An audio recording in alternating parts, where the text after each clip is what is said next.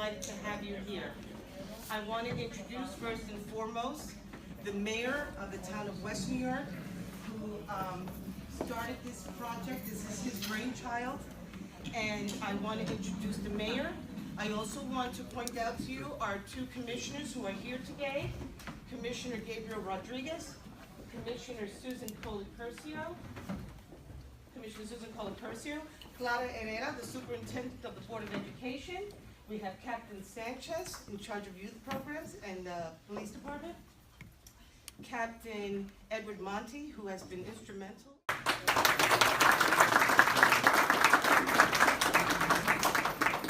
We have a full house. Thank God this is not a town meeting. I'll be in trouble. Welcome, everybody. Basically, it's a nice, easy program that we're putting together. This idea came about in 1998. I was serving the United States Army at Brooks Army Medical Center, and I started treating the soldiers coming back from Iraq. And I started noticing that a lot of them have issues, not only physical issues, but psychological issues. And they were placed by other doctors in the military on a ton of pain management medications.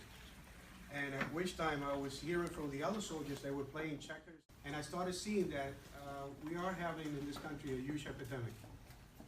I'm very happy that the governor brought that to light in the recent speech that he gave. And so it is a problem not only for myself as the doctor and now as the mayor, but for other healthcare, the education system, because it's actually affecting us every which way. And it's not only in New Jersey, but it's throughout the country. And if you go overseas, you're going to see that it doesn't happen as much. You go to Dominican Republic, Costa Rica, and I've been there, but not drugs. So what is the problem? The problem is simple. Doctors are writing pain medication. In this country, about 80% of the world's medication. The nephew comes in, takes it, and gives it away to other children. That's called diversion. So the majority of the medications that are written by doctors in a good way are being diverted. So the goal here is to try to see what we could do. Again, the governor came up with the idea of rehabilitation, and my personal feeling as a doctor, what are we doing? So the goal here is going to be a program that we're trying to input in this administration, so we could actually curtail, or should I say, decrease, because it's going to be very hard to do, but decrease the opioid questionnaire. Didn't come from me. It came from my son Daniel. He's studying at the University of Wisconsin, neurobiology. Hopefully he'll be a doctor, but he told me about that idea.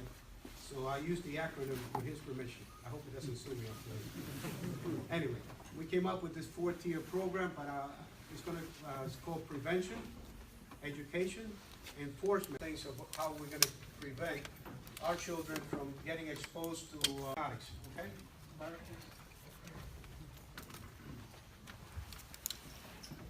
Not giving me the opportunity to work in the field that I'm so passionate about, I would not be standing here before you today. So I want to say thank you.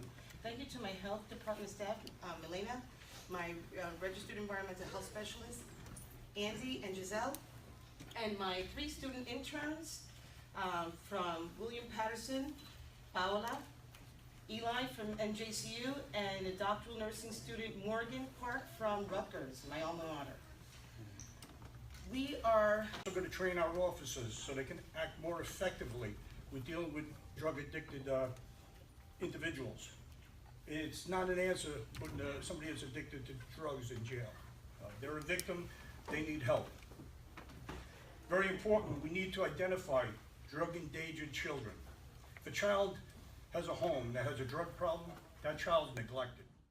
Probably turns to drugs later on in life, maybe even crime. We need to identify who these kids are and get them help before it turns to the point where they're going down that road they shouldn't. We're going to work very closely with the Board of Education. Whatever programs we can work collectively with, we're committed to that. And we're going to be enhancing Project Medicine Drop. As you all know, we have Project Medicine Drop in the police station. First of all, I just want to give a courtesy reminder. There is a program in the state of New Jersey called Overdose Prevention Act. Basically, simplest form, what that is if you're in a party and one of your friends is overdosing, don't be scared to call police. You're protected. You will not be arrested. There is immunity for that. that, so just call the police. A lot of kids are scared to call the police, or call to save someone's life. The mentorship program. It's no secret that our community, there's a lot of single parent homes, or kids are left alone. Sometimes I really believe, and actually I think we all believe, kids just need someone to give them a hug once in a while. Instead of letting them run freely and looking for gangs and drugs, we talked about having a mentorship program. It's something good, something positive for the kids to see someone, not a big brother, always constantly looking at, but a brother to be there for them, or a sister, to someone to report, check down report cards. Your parents don't make every parent's night. Like everyone said, my name is William Bringus. I'm the coordinator of EMS. Since 2014 through 2016, we've seen the number of suspected opioid overdoses increase by about 3 times within last year.